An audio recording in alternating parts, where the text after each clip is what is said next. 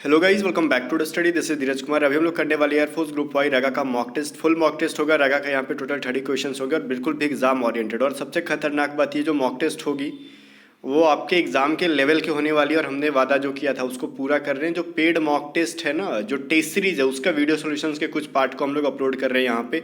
अब कुछ लोगों को समझ में नहीं आया कि ये क्या चीज़ है, मैं बताता हूँ, रुको।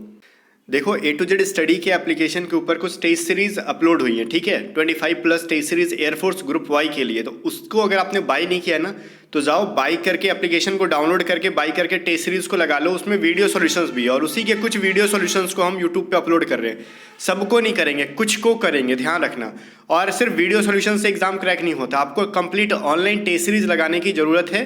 बिकॉज ऑनलाइन टेस्ट सीरीज लगाने से एग्जाम में टाइम मैनेजमेंट सीख जाओगे, वो सबसे खतरनाक चीज़ होती है, ठीक है। तो जाओ, जस्ट 149 रुपीज़ में हम लोग दे रहे हैं total 25+ test series air force Y group के लिए, साथ में वीडियो सॉल्यूशंस भी आपको दे रहे हैं यहाँ पे। तो इसी बात पे जाओ, एप्लीकेशन को डाउनलोड करो। एप्लीकेशन का लिंक हम लोग डिस्क्रिप्शन में दे देंगे और जाके एग्जाम को रॉक कर देना। और जितने भी टेस्ट सीरीज है एकदम धमाल मचाने वाले टेस्ट सीरीज है जनाब, ठीक है। एक वीडियो सॉल्यूशन देखना और एक टेस्ट लगाने में काफ़ी अंतर होता है, तो पहले टेस्ट लगा लो, मैं तो यही आपको रिकमेंड करूंगा। और साथ ही साथ अगर आपकी रीजनिंग खराब है ना, तो रीजनिंग की टॉप 500 क्वेश्चंस वाले पीडीएफ बाई कर लो। हमारी ये पेड पीडीएफ है और इसको बाई करने के बाद मैं गारंटी देता हूँ कि अगर 15 क्वेश्चन आएगा तो एक भी पैटर्न इससे अलग नहीं आएगा। खाली थोड़ा थोड़ा डिजिट चेंज कर देगा, नाम चेंज कर देगा, बाकी रूल जितने भी रेगुलेशंस होंगे सब यहीं से उठा उठा के डाले जाएंगे। तो पीडीएफ का या तो लिंक से बाई कर लो या फिर हमारे टीम मेंबर को व्हाट्सअप कर लो 7279047787 पे। और कुछ इंपॉर्टेंट रिपीटेड वोकैबुलरीज को हमने छाट रखा है, पीडीएफ बना रखी है, one word, idiom, phrases, synonym, antonym, spelling mistakes वाली, उसको भी बाई कर लेना। बहुत पब्लिक चांसेस है कि यहीं से क्वेश्चंस बने। और साथ ही साथ मैथमेटिक्स, जो कि सबका खतरनाक यही होता है। तो मैथ पूरा चैप्टर वाइज, अरिथमेटिक और एडवांस दोनों मैथ को हमने चैप्टर वाइज बनाया। और जितनी भी पीडीएफ है वो बाइलिंगुअल है, हिंदी और इंग्लिश दोनों में है, खाली इंग्लिश को छोड़ के। मैथमेटिक्स और रीजनिंग दोनों हिंदी और इंग्लिश दोनों में है। मैथ का तो वीडियो सॉल्यूशन का लिंक भी है पीडीएफ के अंदर। तो मैथमेटिक्स को, रीजनिंग को, इंग्लिश की पीडीएफ को बाई करने के लिए इस नंबर पे व्हाट्सएप करो 7279047787 और चलो टेस्ट सीरीज को स्टार्ट करते हैं। तो चलो फटाक से करेंगे। जनसंख्या के आधार पर भारत का सबसे बड़ा स्टेट कौन सा है? जनसंख्या के मामला में उत्तर प्रदेश है, ठीक है। और एरिया में पूछेगा सबसे बड़ा तो राजस्थान है, ओके, याद रखोगे आप। सेकंड नंबर पूछेगा कि निम्न में से कौन सा केंद्र शासित प्रदेश नहीं है?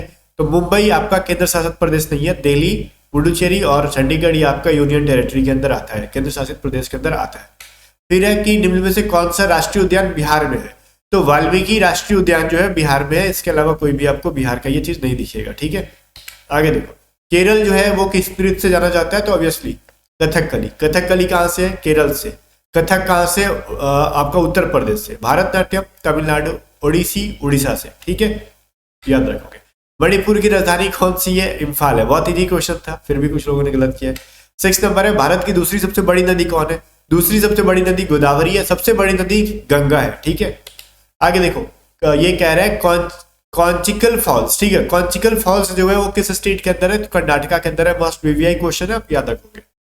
8 नंबर क्वेश्चन देखो, लक्ष्मी तथा मीना की रोहन की पत्नियां हैं। लक्ष्मी तथा मीना जो है रोहन की पत्नियां हैं, इसको बनाओ। रोहन की 2 पत्नियां हैं, ठीक है। रोहन की 2 पत्नियां हैं, कौन? एक लक्ष्मी बॉम्ब और एक कौन है भाई? एक मीना जी, ठीक है। अब तथा शालिनी मीना की सौतेली पुत्री है। तो शालिनी जो है मीना की सौतेली, तो मतलब ऑब्वियसली वो लक्ष्मी की पुत्री होगी, ये तो दिमाग में आ रहा होगा आपकी, ठीक है। अब कह रहा है लक्ष्मी शालिनी से किस प्रकार संबंधित? तो लक्ष्मी इसकी माता जी हो गई, तो मां हो जाएगी ना, करेक्ट आंसर। आगे देखो, रमन बिंदु पी से आरंभ करता है चलना, ठीक है, और क्यू पे रुक जाता है। पी से क्यू पे जाता है, फिर कह रहा है यहां से राइट मुड़ता है और फिर अब राइट मुड़ता है, ठीक है, और फिर लेफ्ट मुड़ता है, लेफ्ट इधर मुड़ेगा, फिर आर पे जाके रुक जाएगा, ठीक है। फिर अंततः वह फिर से लेफ्ट साइड में मुड़ा, ठीक है, वो लेफ्ट साइड में मुड़ा और फिर क्या कह रहा है भाई? मुड़ता और इस बिंदु पे रुक जाता है, जहां मुड़ने के बाद प्रत्येक पहली बार 5 किलोमीटर चला। तो कह रहा है कि भैया इसका आंसर बताओ क्या हो जाएगा? तो यहाँ पे नॉर्थ, अभी मतलब वो किस दिशा में चलना हो। क्यू तक जाने के लिए थोड़ा सा क्वेश्चन में एरर है, मैं सुधार दे रहा हूँ। यहाँ पे इंग्लिश में देखो रिप्लाई दे दिया गया है नॉर्थ को, ये टाइपिंग मिस्टेक है। तो इस क्वेश्चन को अगेन ट्राई करके हम लोग देखते हैं क्या आता है। इसके क्वेश्चन में ऑप्शन में गलती था कुछ, ठीक है। कह रहा है पी से आरंभ करता है, दक्षिण की ओर चलता है, पी से और क्यू तक जाके रुक जाता है, फिर यहाँ से राइट साइड चलता है, फिर बाईं ओर मुड़ता है, ठीक है, यहाँ से लेफ्ट साइड मुड़ेगा और आर पे रुक जाता है, अंत में वो फिर लेफ्ट साइड मुड़ता है, तो लेफ्ट से यहाँ पे गया और कह रहे हैं ना एस पे जाके रुक रहा है, तो फिर पार हमेशा वो 5 किलोमीटर ही चला था, ठीक है। अगेन उसको पी की तरफ जाना है, तो पी कहाँ है भाई, ऊपर की तरफ है, तो पी की तरफ जाने के लिए नॉर्थ में जाना होगा उसको, ठीक है। कह रहा है या फिर पी या फिर क्यू जो भी है ना वो सब ऊपर में ही है, तो क्यू तक भी जाना है तो नॉर्थ में ही जाना होगा, पी पे भी जाना है तो फिर नॉर्थ में ही जाना है, तो करेक्ट आंसर इसका नॉर्थ था। आगे देखो इनमें से कौन सा एक दिन है, तो ये चीज समझो, जून के अंदर 30 डेज होते हैं, बाकी सबके अंदर 31 डेज होते हैं, 31 डेज होते हैं इन सब के अंदर, इसलिए जून सबसे डिफरेंट है।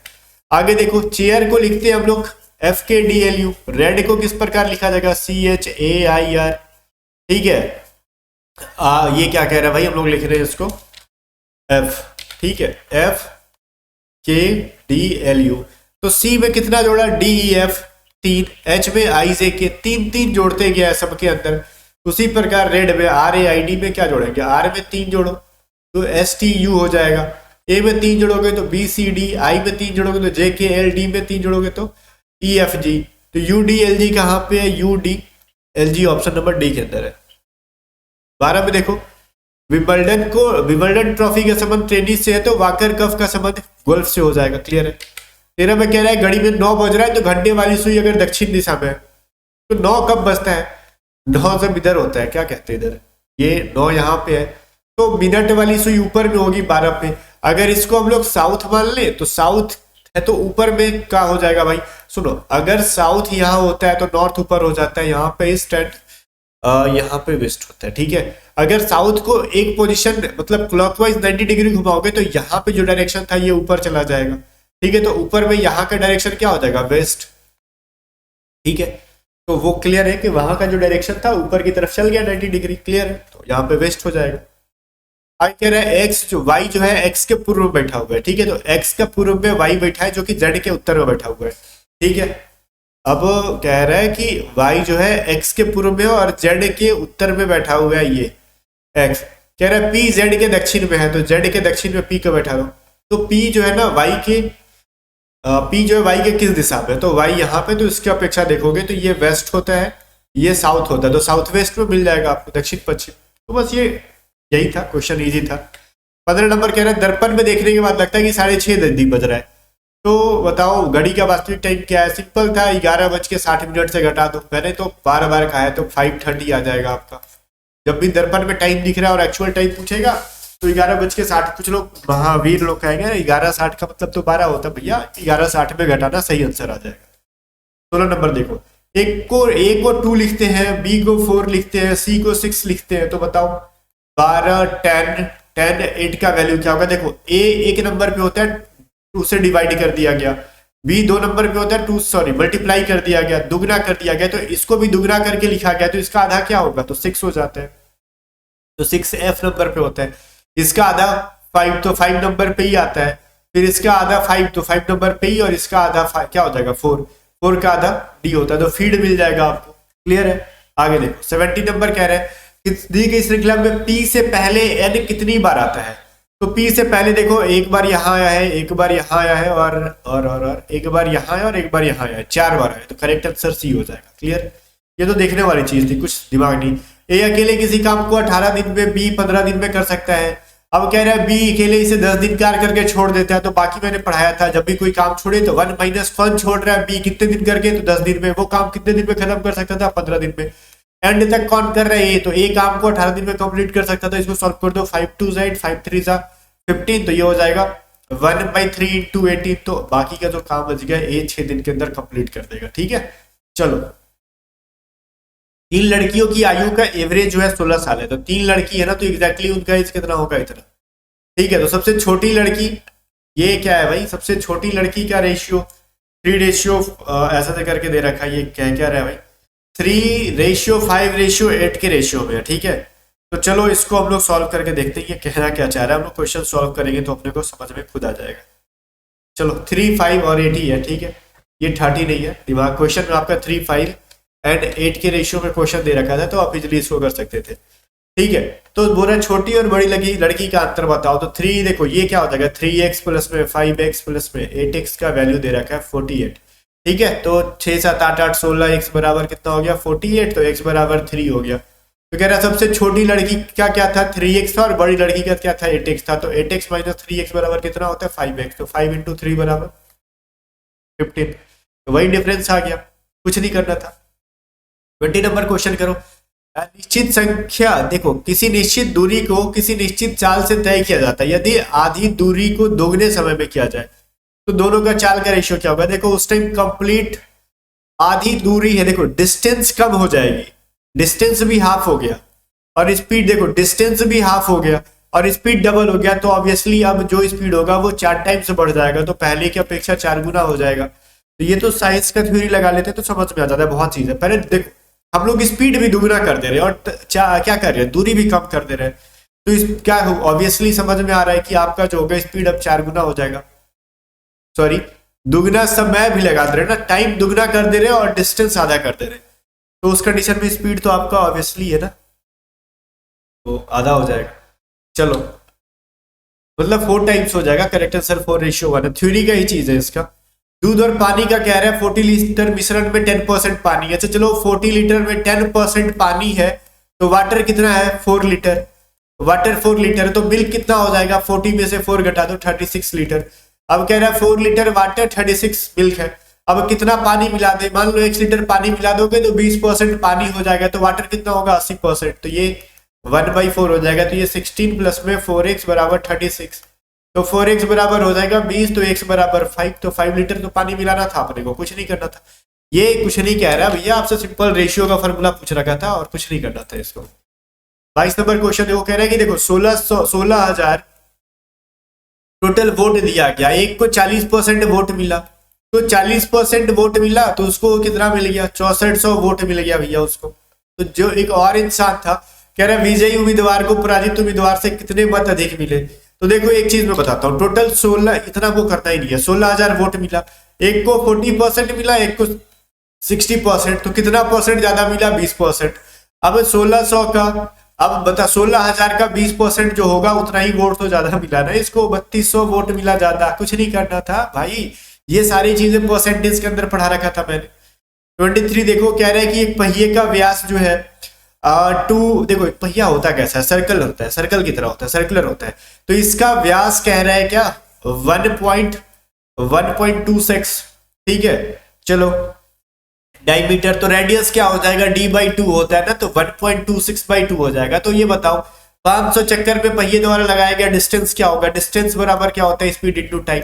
क्योंकि इसमें से तो कुछ समझ में नहीं आ रहा, सुनो एक दूरी तय करने के लिए एक राउंड कंप्लीट लगाना होगा और एक राउंड को कहते हैं परिधि पेरीमीटर, जिसका वैल्यू होता है 2πr।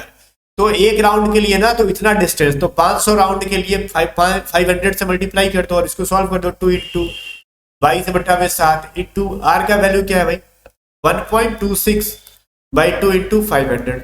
अब इसको आप सॉल्व करोगे आपका आंसर इजीली आ जाएगा, ठीक है। आप करके देखो, करके देखोगे तो आपका समझ में आ जाएगा। मैं दिखा रहा हूँ, सुनो एक काम करो, इस पॉइंट के जगह पॉइंट को भूल जाओ, नीचे में हम लोग 10 लिख देते हैं मल्टीप्लाई में, ताकि सॉल्व करने में आसान हो जाएगा। इस पॉइंट को हटा दो, ठीक है, ये चीज समझ में आ गया। 7 से डिवाइड करोगे 18 बार में कट जाएगा, 0 का ये जो चीज है 1 कट जाएगा और ये कटाओगे 50 से तो 25 बार में कट जाएगा, ठीक है। अब 18 इंटू 2 इंटू 22 इंटू कितना कर लोगे 25 तो आ जाएगा आपका, ठीक है। अभी कुछ आ रहा है क्या, आपका वैल्यू कितना आ जाएगा 19, कहाँ गया भाई, इसको करके देखते हैं 19,800 मीटर, ठीक है। अब कहोगे सर 19,800 मीटर तो ऑप्शन में है ही नहीं।